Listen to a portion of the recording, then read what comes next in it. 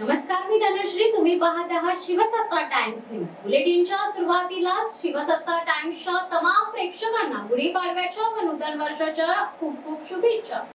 हिंदू नववर्षाची सुरुवात आज गुढीपाडव्याने सर्वत्र झाली आहे. राज्यभरात या निमित्ताने उत्साहाचे वातावरण असून शोभायात्रा काढल्या गेल्या. मुंबई, कल्याण, ठाणे, डोंबिवली भागात राजकीय आणि सामाजिक संघटनांनी शोभायात्रा काढून एकमेकांना शुभेच्छा दिल्या. गुढीपाडव्यानिमित्त आणि मराठी वर्षानिमित्त गिरगाव मध्ये स्वागत यात्रेला सुरुवात झाली असून ढोल ताशांच्या गजरात मोठ्या दिमागात यात्रेत तरुणाई सोबत तरुण बायकर्स आपल्या वेगवेगळ्या बाईक घेऊन या स्वागत यात्रेत सहभागी झाले आणि कोळी बांधव देखील आपल्या अनोख्या देखाव्यात सहभागी झाले. यावेळी गिरगाव मध्ये तरुणाई मोठ्या प्रमाणात पाहायला मिळत आहे. अशातच लहान मुलांचा देखील तितकाच सहभाग पाहायला मिळत आहे.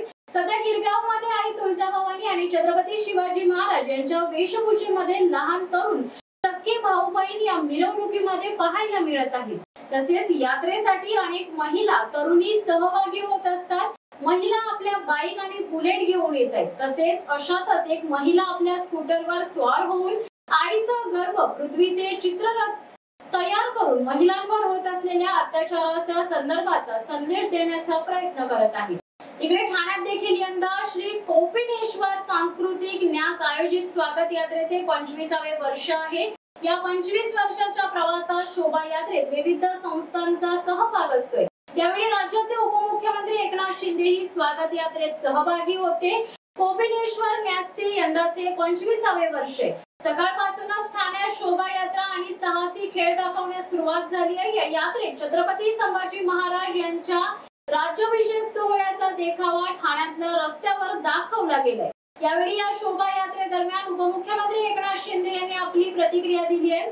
एकनाथ शिंदे यांनी गुढीपाडव्यानिमित्त आणि मराठी नववर्षाच्या शुभेच्छा देत जनतेला हे नववर्ष सुख, समृद्धी आणि आनंदाने जावो अशी इच्छा व्यक्त केली आहे. तसेच पुढे म्हणाले की सामाजिक संदेश आणि समाज प्रबोधनाचे विषय जनतेपर्यंत पोहोचण्यासाठी ठाण्यात चित्ररथाचा देखील देखावा करण्यात आलाय.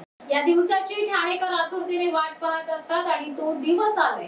ही गुढी विजयाची आहे. ही गुढी आमच्या लाडक्या बहिणींची आहे, लाडक्या भावांची गुढी आहे, लाडक्या शेतकऱ्यांची आणि लाडक्या ज्येष्ठांची आहे.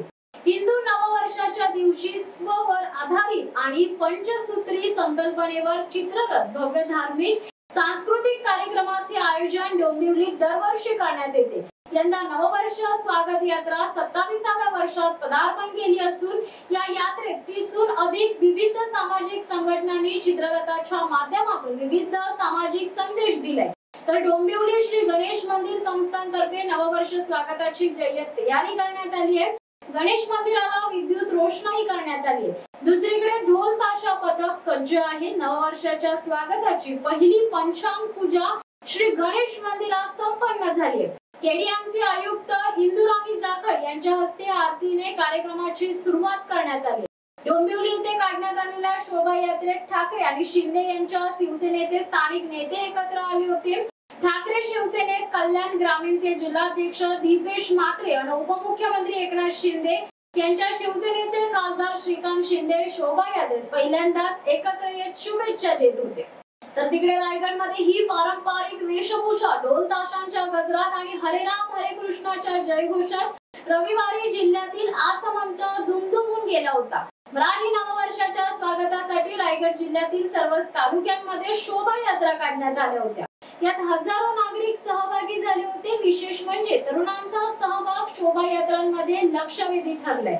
अलिबाग शहरातून निघालेल्या नववर्ष स्वागत यात्रेत शेकडो नागरिक सामील झाले होते. शहरातील रस्त्यांवर ठिकठिकाणी आकर्षक रांगोळ्या काढण्यात आल्या होत्या. मुख्य रस्त्यांवर ठिकठिकाणी नववर्षाच्या शुभेच्छा देण्यात येत होत्या. त्याचबरोबर मुख्य चौकांमध्ये मराठी नववर्ष स्वागत यात्रा समितीने गुढी देखील उभारल्या होत्या. गुढीपाडव्यानिमित्त अलिबाग शहरात आयोजित मराठी नववर्ष स्वागत यात्रेत तरुणाई आणि महिलांचा प्रचंड उत्साह पाहण्यास मिळालाय. मराठमोळा पेहरावातील अबालवृद्ध आणि त्याचबरोबर महिलांचे ढोल ताशा पथक सर्वांचे लक्ष वेधून घेत होते.